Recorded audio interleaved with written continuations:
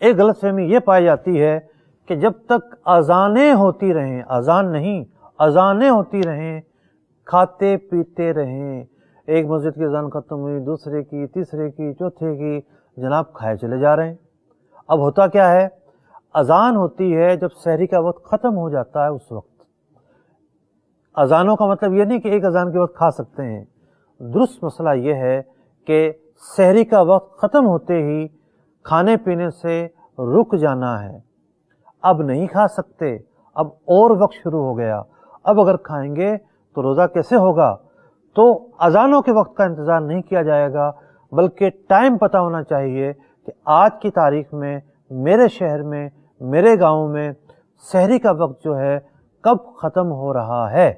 اس پر دار و مدار رکھتے ہوئے سحری ختم کریں گے۔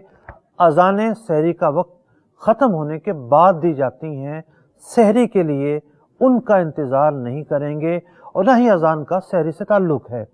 اذان تو نماز فجر کے لیے دی جاتی ہے۔